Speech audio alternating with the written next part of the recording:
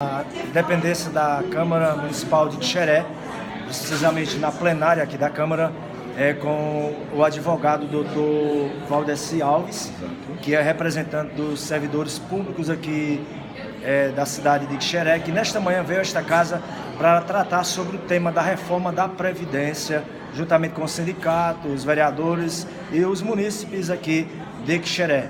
Dr. Valdeci, tema reforma da Previdência para a Rádio Progresso, site jornaldoceará.com e Jornal da Progresso. Wellington Freitas, nesta manhã, a sua expectativa e a sua fala para o quixerense nesta manhã.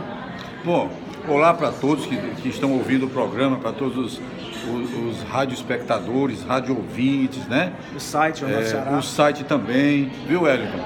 Olha, Wellington, a expectativa em relação à reforma da Previdência é o seguinte, talvez ela passe, mas com profundas transformações que tem que ser feitas.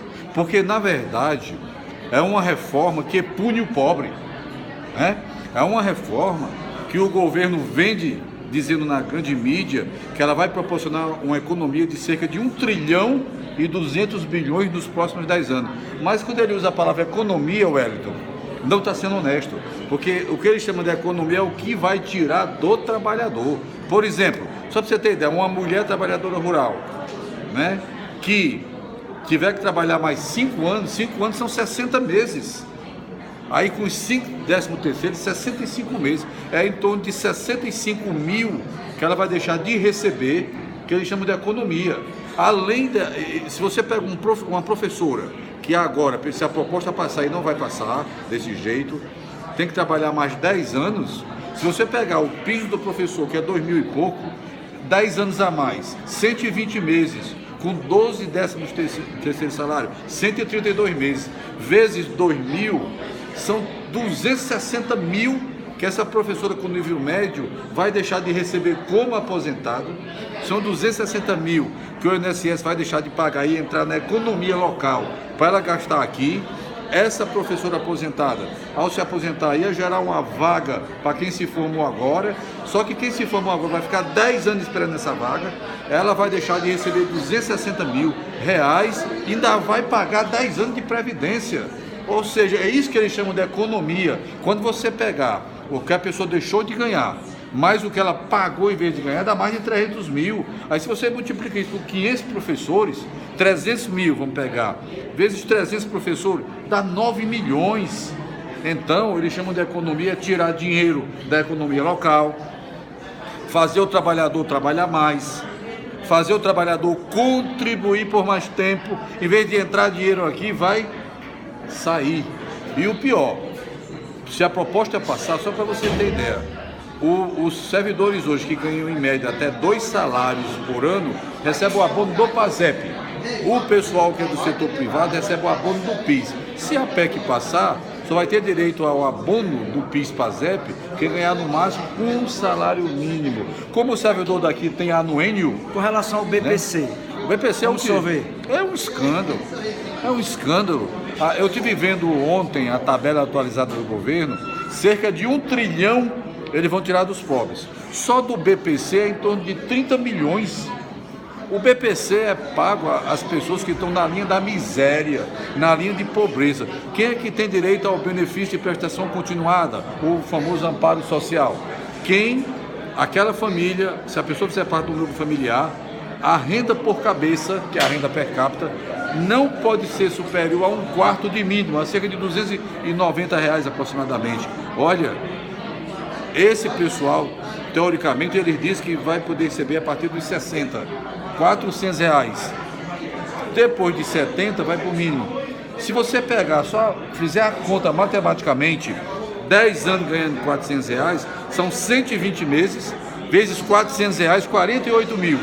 Então, mas só concluir aqui, sim, com 65 anos, 5 anos vezes 12 meses, 60 meses, o mínimo que é quase 1.000, dá 60 mil, já vão comer 12 mil aí, só pelo fato de antecipar. Mas eles dizem... Em questões de números, o senhor está bem antenado e bem, sim, equiparado com relação, sim, a isso. E um detalhe, eles dizem que quando completar 70 anos, aí vão pagar o mínimo, só que tem um detalhe...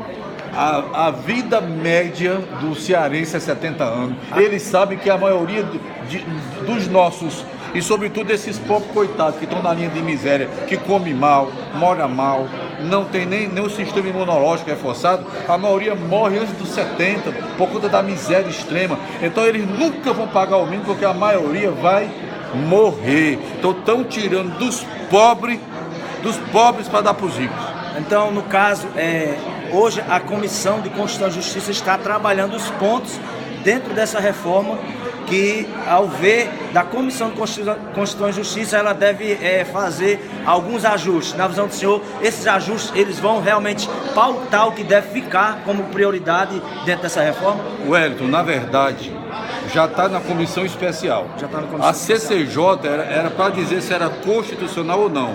A PEC é totalmente inconstitucional.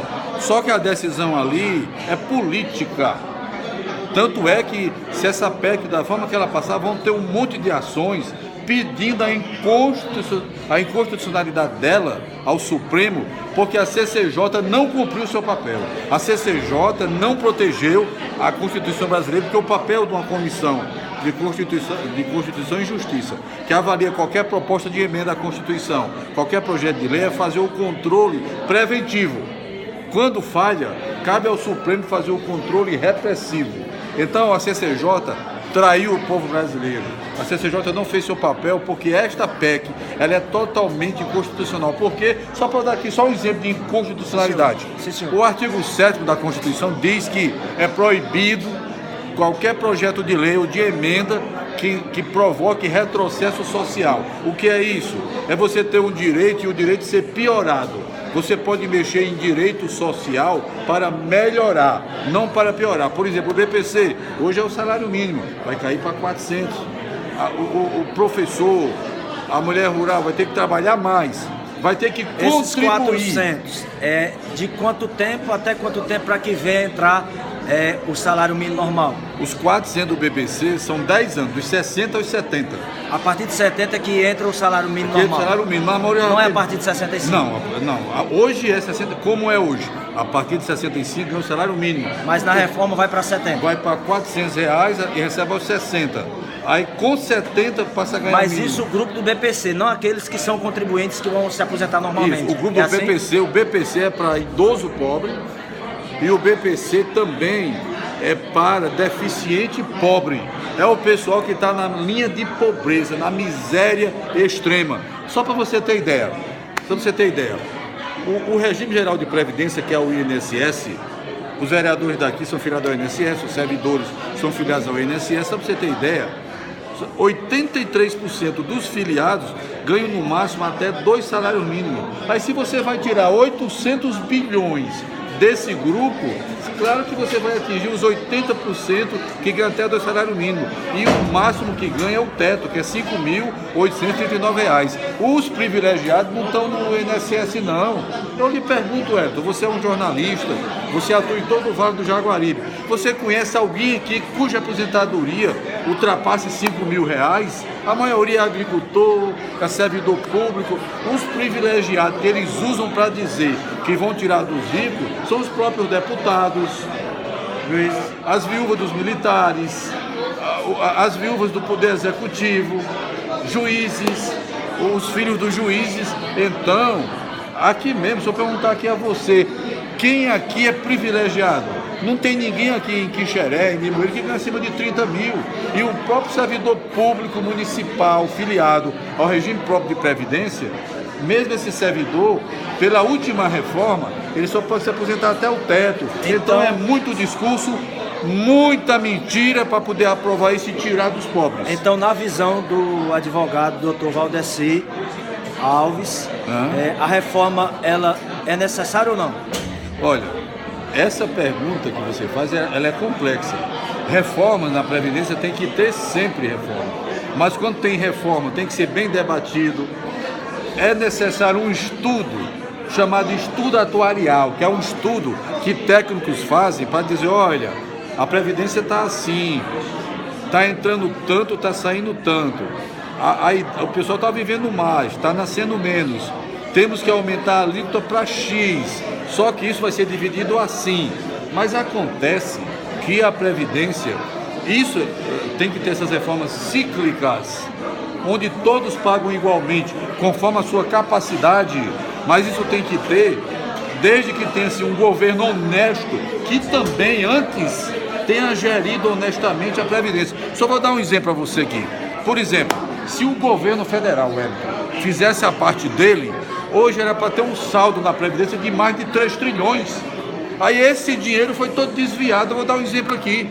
Desde 94, existe uma tal de DRU. Então, todos os governos que Todos. já passaram, eles eram para ter feito essa economia. Todos os governos. Era para ter feito essa economia. Todos. É preciso dizer isso, porque o nosso discurso aqui não é político-partidário. Nosso discurso é jurídico, ele é científico, ele é econômico e ele é histórico. Só para dar ideia para você aqui. Em 94 tinha tanto dinheiro na Seguridade Social, que envolve Previdência, que envolve saúde e um amparo social, tinha tanto dinheiro que o governo inventou uma tal de DRU, desvinculação da Receita da União. O que é isso? Poderia, como fez, usar 20% do total arrecadado no ano para no que quiser, sem ter que justificar. Essa DRU dura até hoje. Quando o Temer assumiu, ele aumentou para 30%. Então, de cada R$100 que entrou para a Seguridade Social de 94 até o governo Temer, R$20 foi tirado para outros fins. Se calcula que só esse desvio da DRU de 94 até aqui é 1,5 trilhão. Outro rombo que tem, para você ter ideia. Em 2011, o governo federal criou uma lei que ele chamou de desoneração da folha. O que era isso? Tinha tanto dinheiro sobrando na Seguridade Social. Eu lembro dessa lei. Que os empresários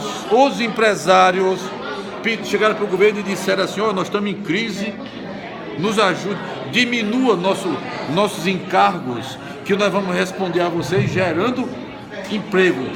Resultado, foi criada uma lei que permitia ao empresário ou pagar o INSS, que é 20% sobre a folha, ou pagar 1% sobre o lucro. Tinha empresa que o pagamento de recolhimento de INSS caiu de 1 milhão por mês para 75 mil. Então, na verdade, houve uma transferência que até hoje continua. Só esse ano aqui, a desoneração vai dar 350 bilhões. De 2011 até 2018, 450 bilhões a Previdência deixou de arrecadar, porque empresários não recolheram. Isso é um fato. Isso é fato. Isso aqui, se você não for no Google e botar assim, total da desoneração da folha de pagamento de 2011. Então, mudando de assunto. Precatórios do Fundef, nós somos sabedor que o senhor é representante não somente do município de Xeré, mas em outros municípios. O senhor está muito a par. No dia 12 de junho vai ser o julgamento no STF sobre a PEC dos precatórios, sobre essa decisão junto ao TSF. Qual a sua visão? O que o TSF realmente vai pautar como sendo de ajuste e como sendo dado continuidade para os precatórios? Antes de responder isso, só concluir aqui uma coisa. A reforma como está tem que ser totalmente transformada. E esses empresários que estão beneficiados tinham que pagar o que estão devendo. O que o governo desviou da DRU tinha que primeiro devolver. Aí depois analisava os saldos que tem e veria. Precisa da reforma? Não precisa.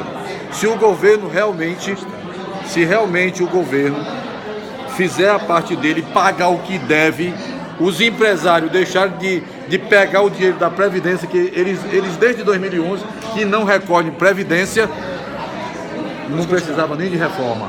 E o estudo que foi feito é secreto. O que eles mostraram é insuficiente. É para enganar os tolos. Então a reforma da Previdência é para ser retirada de pauta. Sobre o Fundef. Sim, senhor. Rapaz, o Fundef é outro exemplo de sacanagem do governo federal com os pobres. E os municípios? Os municípios pobres. Porque quem tem direito a essa diferença? Cerca de 10 estados, os mais pobres do Brasil. O Ceará é um deles. O que o governo federal fez? De 98 até 2006, o governo calculou o valor aluno para repassar para esses municípios mais pobres do estado abaixo do valor. O Tribunal de Contas da União, que hoje fica dizendo que não é para dividir com o professor, aprovou as contas da União durante 10 anos com essa irregularidade, com esse tentativa de calote. Porque o calote só não deu certo porque um promotor de São Paulo entrou com ação lá e ganhou, e a União foi condenada a pagar a diferença de 10 anos. Então há muitos processos que os municípios entraram, o próprio município, depois que o Ministério